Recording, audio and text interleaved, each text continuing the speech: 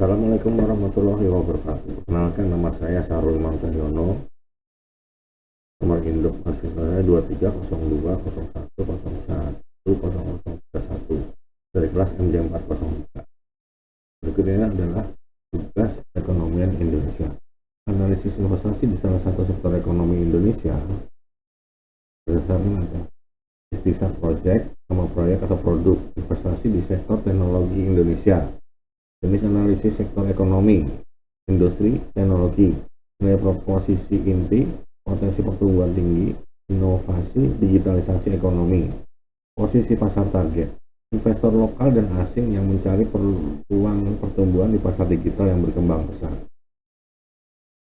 Analisis pasar, ukuran dan tren pertumbuhan pasar saat ini. Sektor teknologi Indonesia mengalami pertumbuhan yang signifikan dalam 5 tahun terakhir. Menurut laporan Google, Temasek, dan Bain & Company, ekonomi internet Indonesia diperkirakan mencapai 70 miliar pada tahun 2021 dan diproyeksikan mencapai 146 miliar pada tahun 2025. Pertumbuhan ini didorong oleh peningkatan penetrasi internet, adopsi e-commerce, dan investasi di startup teknologi. Segmentasi pasar, e-commerce, platform belanja online, marketplace, fintech, pembayaran digital, pinjaman online, investasi online, transportasi online, layanan ride hailing, pengiriman barang, edtech, platform pembelajaran online khusus daring, health tech, layanan kesehatan digital, konsultasi online. Profil pengguna target, demografi, usia 18-45 tahun, berpendidikan, tinggal di perkotaan. Perilaku pengguna aktif internet, gemar berbelanja online, mencari solusi praktis melalui teknologi. Preferensi, kemudahan, kecepatan, harga terjangkau, personalisasi. Analisis kebutuhan pengguna, titik nyeri, akses terbatas ke layanan keuangan, kesulitan mencari transportasi yang efisien, kebutuhan akan pendidikan yang terjangkau, akses terbatas ke layanan kesehatan. Keinginan, kemudahan berbelanja, pembayaran yang aman, akses ke pinjaman, transportasi yang cepat, pendidikan berkualitas, layanan kesehatan yang terjangkau. Analisis kompetitif, gambaran umum landscape kompetitif. Sektor teknologi Indonesia sangat kompetitif dengan banyak pemain lokal dan asing. Analisis pemain utama, Gojek, market share besar di transportasi online dan layanan lainnya. Kekuatan ekosistem yang luas, brand awareness tinggi, kelemahan, persaingan harga yang ketat. Tokopedia, market share besar di e-commerce, kekuatan basis pengguna yang besar, variasi produk yang luas, kelemahan, persaingan dengan platform e-commerce lainnya. Shopee, pertumbuhan pesat di e-commerce, kekuatan, strategi pemasaran agresif, fokus pada mobile, kelemahan, margin keuntungan yang rendah. Perbandingan produk, fitur Gojek menawarkan berbagai layanan transportasi, makanan, pembayaran. Tokopedia dan Shopee fokus pada e-commerce. Harga, persaingan harga sangat ketat di semua platform. Posisi Gojek sebagai super app, Tokopedia dan Shopee sebagai platform e-commerce terkemuka. Analisis keunggulan kompetitif, Gojek ekosistem yang terintegrasi, brand awareness yang kuat, Tokopedia basis pengguna yang besar, variasi produk yang luas, Shopee strategi pemasaran yang agresif, fokus pada mobile.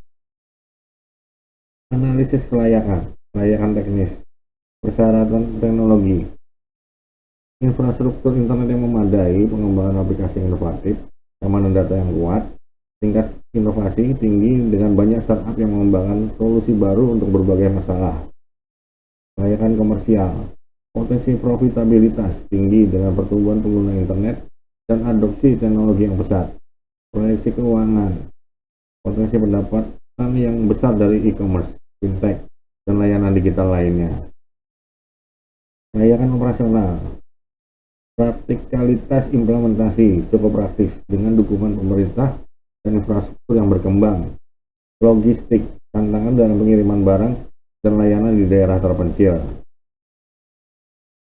Penilaian risiko keuangan, volatilitas pasar, perubahan regulasi, persaingan yang ketat, risiko operasional, gangguan teknologi, masalah keamanan data, kekurangan tenaga kerja terampil, Risiko regulasi, perubahan kebijakan pemerintah, peraturan yang ketat, kemungkinan sedang hingga tinggi.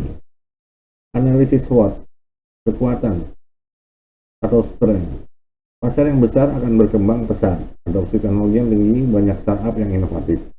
Kelemahan weakness, infrastruktur yang belum merata, kurang tenaga kerja terampil, regulasi yang belum jelas.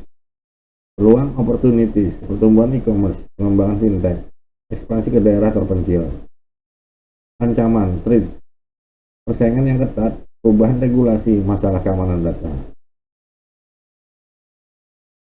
Rekomendasi dan strategi. Rekomendasi strategi pasar, posisi, fokus pada inovasi, personalisasi, dan pengalaman pengguna yang baik. Harga, menawarkan harga yang kompetitif dan promosi yang menarik. Pemasaran, menggunakan media sosial, influencer, dan kampanye digital lainnya. Optimasi, saran operasional, optimasi proses, meningkatkan efisiensi operasional dan logistik. Merekrut dan melatih tenaga kerja terampil. Rantai pasokan, membangun rantai pasokan yang kuat dan efisien. Cara mitigasi risiko, diversifikasi investasi, dan mengurangi risiko dengan berinvestasi di berbagai sektor teknologi. Kepatuhan regulasi, memastikan kepatuhan terhadap semua peraturan yang berlaku. Keamanan data, mengimplementasikan langkah-langkah keamanan data yang kuat. Rekomendasi perencanaan pengembangan jangka pendek, fokus pada pertumbuhan pengguna dan peningkatan pendapatan. Jangka panjang, membangun ekosistem yang berkelanjutan dan memperluas ke pasar baru. Catatan tambahan, data kuantitatif, ekonomi internet Indonesia diperkirakan mencapai 70 miliar pada tahun 2021 dan diproyeksikan mencapai 146 miliar pada tahun 2025. Tren pasar saat ini, pertumbuhan e-commerce, fintech, dan layanan digital lainnya.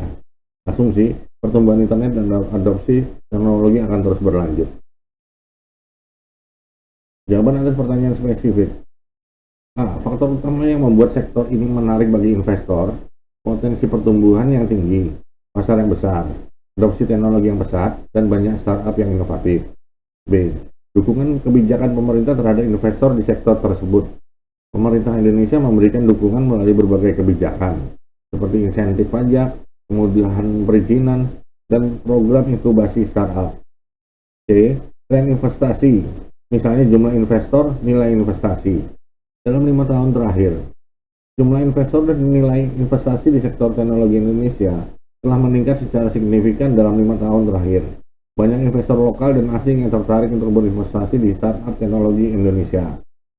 Siapa saja investor asing utama yang berinvestasi di sektor ini?